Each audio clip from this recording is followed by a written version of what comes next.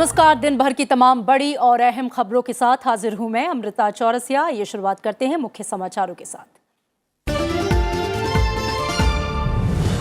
Innovation में सहयोग बढ़ाने के साथ ब्रिक्स को ज्यादा नतीजे देने वाला संगठन बनाने पर प्रधानमंत्री नरेंद्र मोदी का जोर। ब्राजील में 11वें ब्रिक्स शिखर सम्मेलन के पूर्ण सत्र में बोले प्रधानमंत्री, ब्रिक्स डिजिटल सम्मेलन का आयोजन करेगा भारत।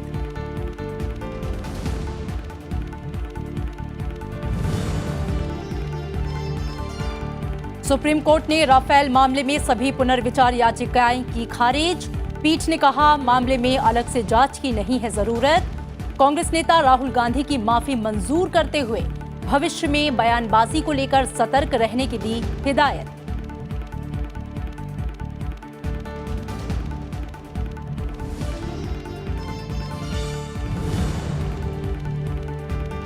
केंद्रीय गृह मंत्री अमित शाह ने कहा, बेबुनियाद आरोप लगाने वालों को उचित जवाब है। राफेल पर सुप्रीम कोर्ट का फैसला।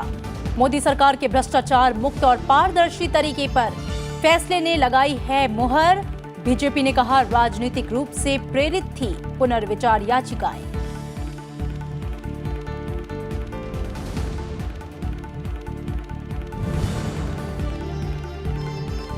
सुप्रीम कोर्ट ने 7 जजों की बेंच को भेजा सबरीमाला मामला।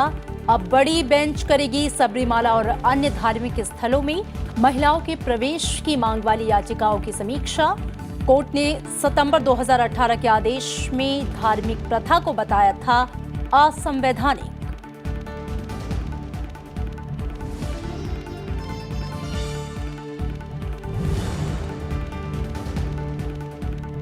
उत्तर प्रदेश और कर्नाटक से राज्यसभा की एक सीट पर उपचुनाव की घोषणा। 12 दिसंबर को होगा मतदान। यूपी से तजीन फातिमा और कर्नाटक से केसी राममूर्ति के इस्तीफे से खाली हुई है सीट।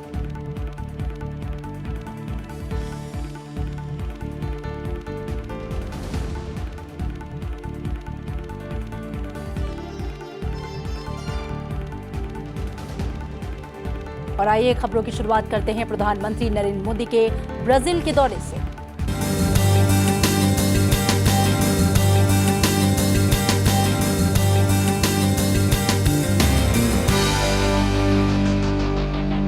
प्रधानमंत्री नरेंद्र मोदी ने ब्राजील में 11वें ब्रिक्स सम्मेलन के पूर्ण अधिवेशन को संबोधित करते हुए कहा कि समिट की theme economic growth for an innovative future बहुत सटीक है। इनोवेशन हमारे विकास का आधार बन चुका है, इसलिए जरूरी है कि इनोवेशन के लिए ब्रिक्स के बीच सहयोग मजबूत करें। अब हमें अगले 10 सालों में ब्रिक्स की दिशा तथा आपसी सहयोग को और प्रभावी बनाने पर विचार करना होगा। कई क्षेत्रों में सफलता के बावजूद कुछ क्षेत्रों में प्रयास बढ़ाने की काफी गुंजाइश है।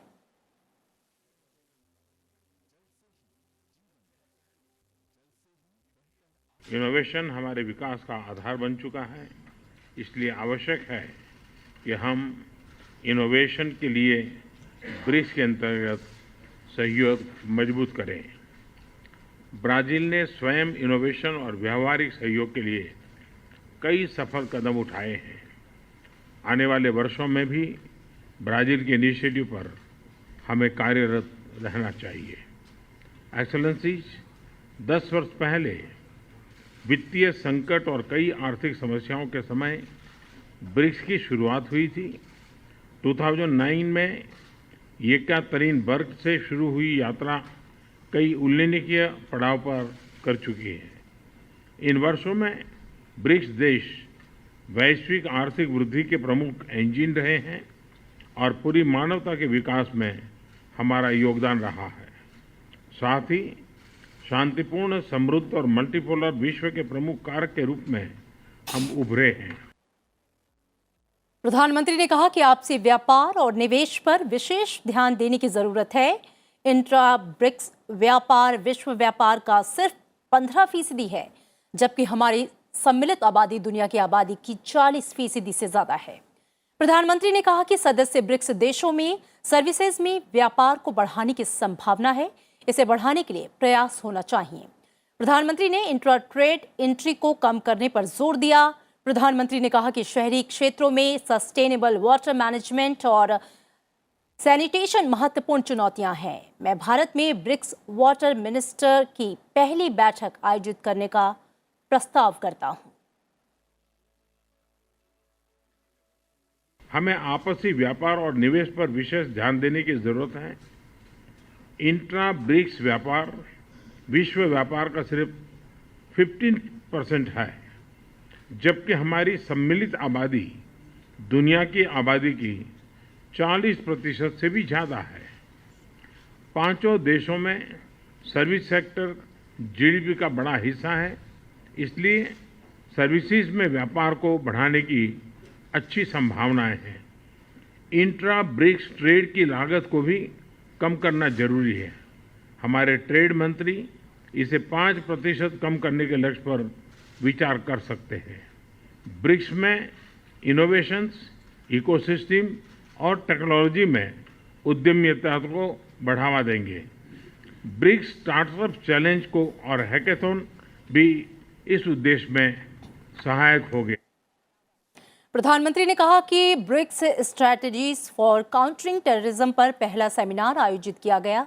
वो आशा करते हैं कि ऐसे प्रयासों और 5 वर्किंग ग्रुप्स की गतिविधियां आतंकवाद और दूसरे ऑर्गेनाइज्ड क्राइम के खिलाफ सशक्त ब्रिक्स सिक्योरिटी कोऑपरेशन बढ़ाएंगी।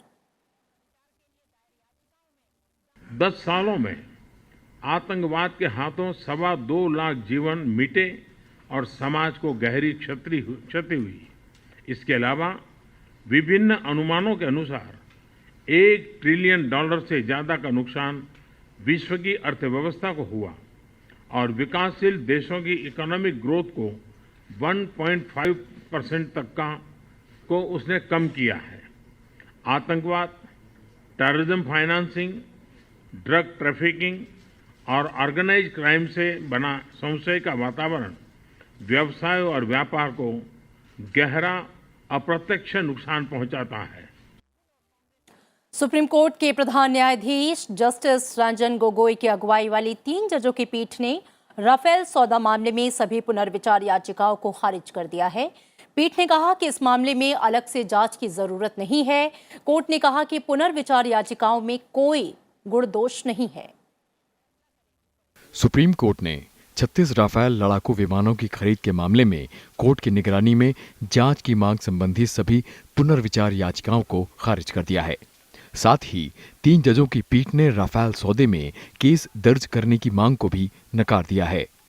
पूरे तथ्यों को परीक्षण करने के बाद, पूरा एग्जामिन करने के बाद सुप्रीम कोर्ट ने पाया कि इसमें कोई तथ्य नहीं है, कोई घोटाले का कहीं भी कोई भी प्रूफ नहीं मिला है और इसलिए उन्होंने पूरा का पूरे रिव्यू पिटीशन, सारे के सारे रिव्यू पिटीशन को डिसमिस कर दिया। राफेल विमान सौदे पर सुप्रीम कोर्ट के फैसले का रक्षा मंत्री राजनाथ सिंह ने स्वागत किया है। उन्होंने कहा है कि केंद्र सरकार ने राफेल विमान की खरीदारी पारदर्शिता से की, जिसका मकसद भारतीय डिफेंस की शक्ति को बढ़ाना था। आज सुप्रीम कोर्ट ने राफेल केस को लेकर दायर की गई रिव्यू पिटीशन को पूरी तरह से खारिज कर दिया है। मैं सुप्रीम कोर्ट के इस फैसले का स्वागत करता हूं और इससे हमारी सरकार के स्टैंड का विंडिकेशन हुआ है इस फैसले के परिणाम स्वरूप। बल्कि हमारी सरकार की जो डिसीजन मेकिंग की जो ट्रांसपेरेंसी है, उस पर भी सुप्रीम कोर्ट ने अपनी मुहर लगा दी है। वहीं बीजेपी नेता रविशंकर प्रसाद ने कहा कि राफेल मामले में सच की जीत हुई है। सुप्रीम कोर्ट ने प्राइसिंग, खरीदने की प्रक्रिया को जांचा और उसे सही ठहराया है। उन्होंने राहुल गांधी के बयान पर सवाल उठाते हुए कहा कि उनको देश से माफी मांगनी चाहिए। आज सुप्रीम कोर्ट ने राफेल के मामले में रिव्यू को रिजेक्ट कर दिया है। ये सत्य की जीत है, भारत की सुरक्षा की जीत है और नरेंद्र मोदी सरकार के ईमानदार निर्णय प्रक्रिया की जीत है। सत्यमेव जयते। कांग्रेस पार्टी औपचारिक रूप से देश से माफी मांगे और राहुल गांधी देश से माफी मांगे। गौरतलब है कि राफेल डील मामले में सुप्रीम कोर्ट ने 14 दिसंबर 2018 को दिए अपने फैसले में केंद्र सरकार को क्लीन चिट दे दी थी।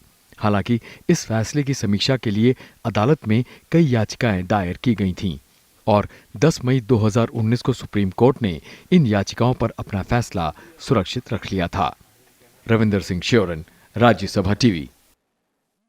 केंद्रीय गृह मंत्री अमित शाह ने कहा कि पुनर्विचार याचिका रद्द करने का सुप्रीम कोर्ट का फैसला उन नेताओं और पार्टियों को करारा जवाब है जो विदेशपूर्ण और बेबुनियाद अभियान चलाते हैं। उन्होंने कहा कि आज के फैसले ने एक बार फिर मोदी सरकार की साख पर मुहर लगा दी है। मोदी सरकार भ्रष्टाचार मुक्त और पारदर्शी है। गृह मंत्री शाह ने ट्वीट कर कहा कि ये साबित हो गया है कि राफेल के नाम पर संसद नहीं चलने देना काफी शर्म की बात है। इस समय का लोगों के कल्याणकारी कामों के लिए सदुपयोग हो सकता था। उन्होंने कांग्रेस से माफी मांगने की बात कहते हुए कहा कि कांग्रेस और देश हितों से ऊपर राजनीति करने वालों को माफी मांगनी चाहिए।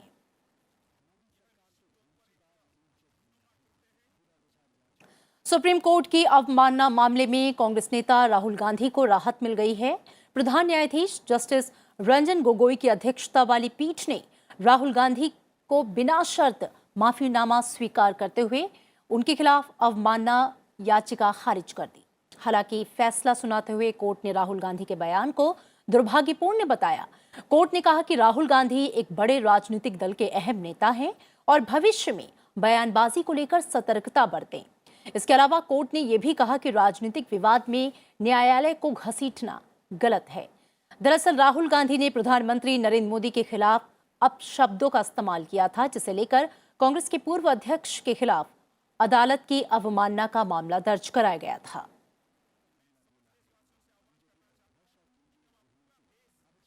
और सबरीमाला मंदिर में 10 से 50 वर्ष की महिलाओं के प्रवेश समेत विभिन्न धार्मिक मुद्दों पर सुप्रीम कोर्ट की 7 जजों की बेंच विचार करेगी। सबरीमाला मंदिर मामले से जुड़े फैसले पर दायर पुनर्विचार याचिकाओं को लेकर चीफ जस्टिस रंजन गोगोई की अध्यक्षता वाली 5 सदस्यीय संविधान पीठ ने आज ये फैसला सुनाया। कोर्ट ने कहा कि धार्मिक स्थलों में महिलाओं के प्रवेश पर रोक केवल सबरीमाला तक ही सीमित नहीं है, बल्कि अन्य धर्मों में भी ऐसी प्रथा है।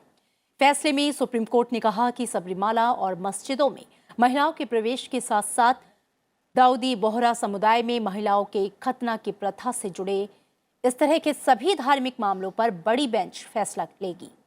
सुप्रीम कोर्ट ने पिछले साल सितंबर में 4-1 की राय से सबरीमाला मंदिर में 10 से 50 वर्ष की महिलाओं और लड़कियों के प्रवेश पर लगा प्रतिबंध हटा दिया था। कोर्ट ने सदियों पुरानी इस प्रथा को अवैध और असंवैधानिक करार दिया था।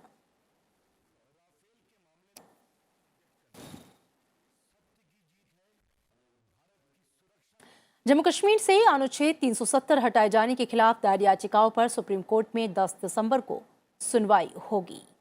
केंद्र सरकार के जम्मू कश्मीर के अनुच्छेद 370 खत्म करने के फैसले को सुप्रीम कोर्ट में कई याचिकाओं में चुनौती दी गई है। याचिकाओं में अनुच्छेद 370 और अनुच्छेद 35A को लेकर जारी की गई अधिसूचना को असंवैधानिक बताया गया है। सुप्रीम कोर्ट की संविधान पीठ 10 दिसंबर से मामले में सुनवाई शुरू करेगी। पिछली सुनवाई में सुप्रीम कोर्ट ने सभी याचिकाओं पर सुनवाई के लिए मामला संविधान पीठ को भेज दिया था। साथ ही याचिकाओं पर केंद्र सरकार को नोटिस जारी कर जवाब मांगा था। आज मामले की सुनवाई होनी थी, लेकिन कोर्ट ने सुनवाई को 10 दिसंबर तक के लिए स्थगित कर दिया।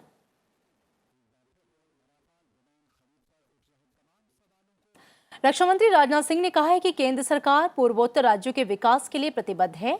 उन्होंने कहा कि नॉर्थ ईस्ट इंडस्ट्रियल कॉरिडोर की पहल से यहां रोजगार, पर्यटन और औद्योगिक विकास के मौके पैदा होंगे और अरुणाचल प्रदेश की इसमें अहम भूमिका है। उन्होंने आज अरुणाचल प्रदेश के तवांग में मैत्री दिवस समारोह में शिरकत की। नागरिक सेना मित्रता के रूप में 2 दिवसीय मैत्री समारोह का आयोजन तवांग में किया जा रहा है।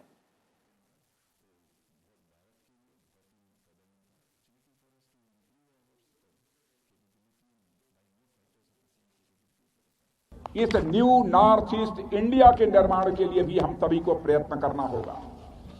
नॉर्थ ईस्ट इंडस्ट्रियल कॉरिडोर की पहल की जाएगी, जिसमें रोजगार भी बढ़ेगा। मैं आपको जानकारी देना चाहता हूं, नॉर्थ ईस्ट इंडस्ट्रियल कॉरिडोर की भी पहल की जाएगी और जिससे रोजगार बढ़ेगा और Arunachal Pradesh south east Asia के लिए एक लैंड ब्रिज के रूप में काम करेगा। जम्मू कश्मीर के उपराज्यपाल गिरीश चंद्र मुर्मू ने कहा है कि कश्मीर में शांति और विकास में सुरक्षा बलों की अहम भूमिका है। तलवाड़ा में पासिंग आउट परेड के दौरान उपराज्यपाल ने कहा कि आने वाले जम्मू कश्मीर विधानसभा चुनाव में उनकी अहम जिम्मेदारी होगी। इस बीच सेवानिवृत्त IPS अधिकारी फारूक खान और पूर्व नौकरशाह KK शर्मा को केंद्र शासित प्रदेश जम्मू कश्मीर के उपराज्यपाल के सलाहकार के तौर पर नियुक्त किया गया है। केंद्र शासित प्रदेश है, इसके साथ लेजिस्लेचर भी है। ये नहीं मानना है कि किसी तरह चलेगा। यहाँ जल्द से जल्द चुनाव करने के लिए प्रक्रिया भी आएगा और उसमें भी आप लोगों का भूमिका रहेगा। इसीलिए आज फिर से आप लोगों को ये याद दिलाता हूँ कि हम लोग जिसी तरह आपने अभी तक जो निभाया है, आप जो नया सारे जवान इसमें शामिल होंगे, अब भी इसमें बहुत सारे अहम भूमिका निभाएंगे। चुनाव आयोग ने राज्यसभा की 2 सीट के लिए होने वाले उपचुनाव का ऐलान कर दिया है। कर्नाटक और उत्तर प्रदेश में राज्यसभा की एक सीट पर 12 दिसंबर को उपचुनाव होगा। उपचुनाव के लिए अधिसूचना 25 नवंबर को जारी होगी और 2 दिसंबर तक नामांकन पत्र भरे जा सकेंगे। 3 दिसंबर को नामांकन पत्रों की जांच की जाएगी और नाम वापस लेने की अंतिम तारीख 5 दिसंबर होगी। मतदान 12 दिसंबर को कराया जाएगा और उसी दिन नतीजे भी जारी होंगे। कर्नाटक से राज्यसभा सदस्य KC राममूर्ति और उत्तर प्रदेश से राज्यसभा सदस्य डॉक्टर तज़ीन फातिमा के इस्तीफे से ये सीटें खाली हुई थीं। KC राममूर्ति ने पिछले महीने 16 तारीख को राज्यसभा की सदस्यता से इस्तीफा दिया था। राममूर्ति का कार्यकाल 30 जून 2022 तक था, जबकि डॉक्टर तज़ीन फातिमा ने इसी महीने की 3 तारीख को इस्तीफा दिया था। तज़ीन फातिमा का कार्यकाल 25 नवंबर 2020 तक था।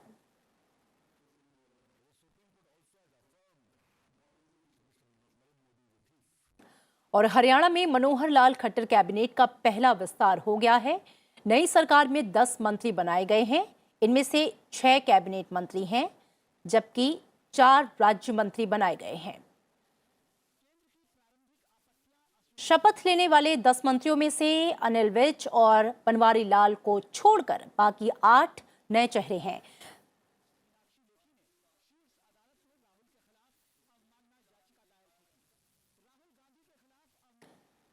बीजेपी के कोटे से 8, जेजेपी के कोटे से 1 और 1 निर्दलीय विधायक को मंत्री बनाया गया है। इन मंत्रियों की शपथ के साथ खट्टर सरकार में मंत्रियों की संख्या मुख्यमंत्री उप मुख्यमंत्री को मिलाकर 12 हो गई है।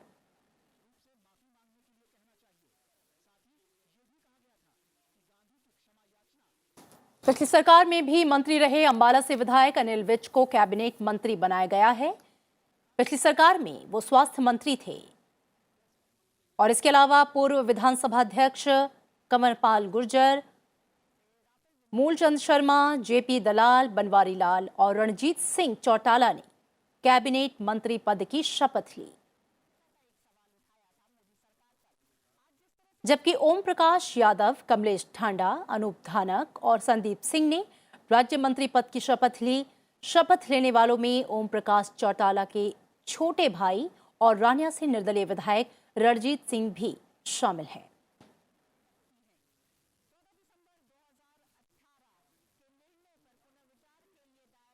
और आइए अब बात करते हैं पर्यावरण और जलवायु परिवर्तन को लेकर हमारी खास पेशकश की।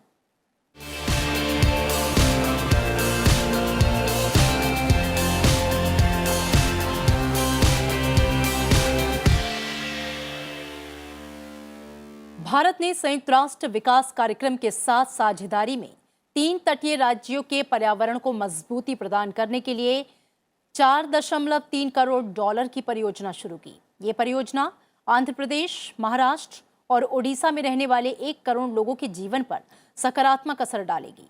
इस परियोजना का वित्त पोषण हरित जलवायु कोष के माध्यम से किया जाएगा। कोष की स्थापना विकासशील देशों को सहायता पहुंचाने के लिए संयुक्त राष्ट्र जलवायु परिवर्तन समझौता ढांचे के तहत किया गया। UNDP ने कहा है कि 6 साल इस परियोजना से 3 तटीय राज्यों के 17 लाख लोगों के लिए ऐसी जीविका पैदा करने में मदद मिलेगी जो जलवायु परिस्थितियों का मुकाबला कर सकें। साथ ही कार्बन उत्सर्जन में कमी, तटीय पारिस्थितिकी तंत्र की सुरक्षा में मदद मिलेगी। योजना में भारत सरकार 8 करोड़ 68 लाख डॉलर का फंड दे रही है। ये पहल पेरिस समझौते के तहत भारत की प्रतिबद्धता को पूरा करने का प्रयास है।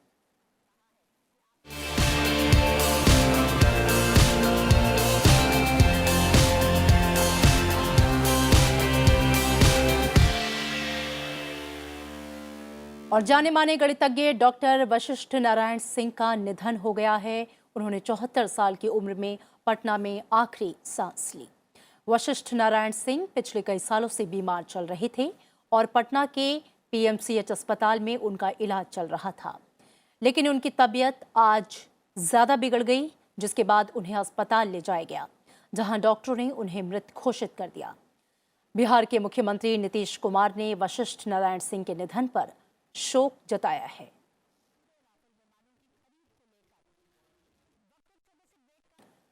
राष्ट्रपति रामनाथ कोविंद ने वशिष्ठ नारायण सिंह के निधन पर शोक जताया। ट्विटर पर शोक संदेश में राष्ट्रपति ने लिखा कि वशिष्ठ नारायण सिंह प्रख्यात गणितज्ञ थे। राष्ट्रपति ने उनके परिवार के प्रति शोक संवेदनाएं प्रकट की हैं। प्रधानमंत्री नरेंद्र मोदी ने भी वशिष्ठ नारायण सिंह के निधन पर शोक जताया है। प्रधानमंत्री ने अपने शोक संदेश में कहा कि वशिष्ठ नारायण सिंह के जाने से देश ने ज्ञान विज्ञान के क्षेत्र में अपनी एक विलक्षण प्रतिभा को खो दिया। डॉक्टर वशिष्ठ नारायण सिंह ने आइंस्टाइन के सापेक्षता के सिद्धांत को चुनौती दी थी।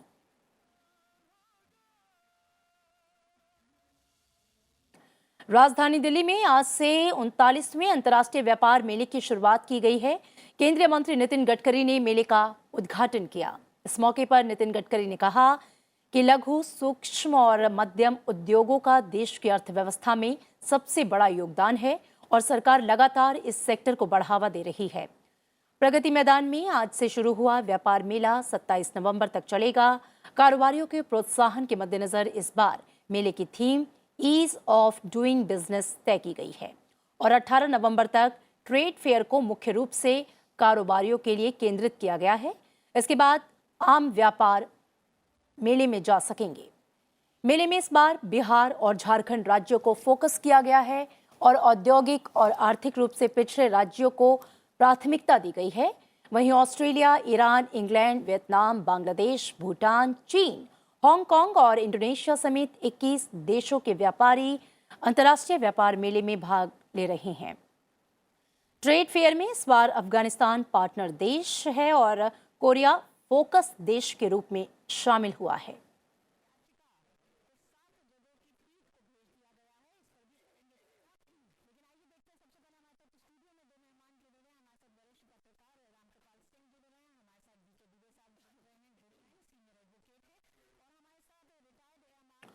और सरकार ने कारोबारियों को राहत देते हुए जीएसटी से जुड़े 2 रिटर्न फॉर्म को और सरल कर दिया है। साथ ही इन रिटर्न फॉर्म को जमा करने की आखिरी तारीख भी बढ़ा दी है।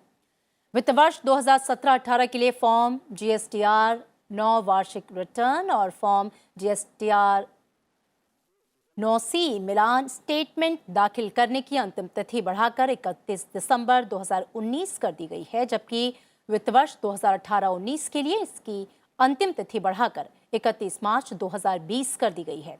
सरकार ने इन फॉर्म्स में कई कॉलम को वैकल्पिक बनाकर इन्हें सरल बनाने का फैसला भी लिया है।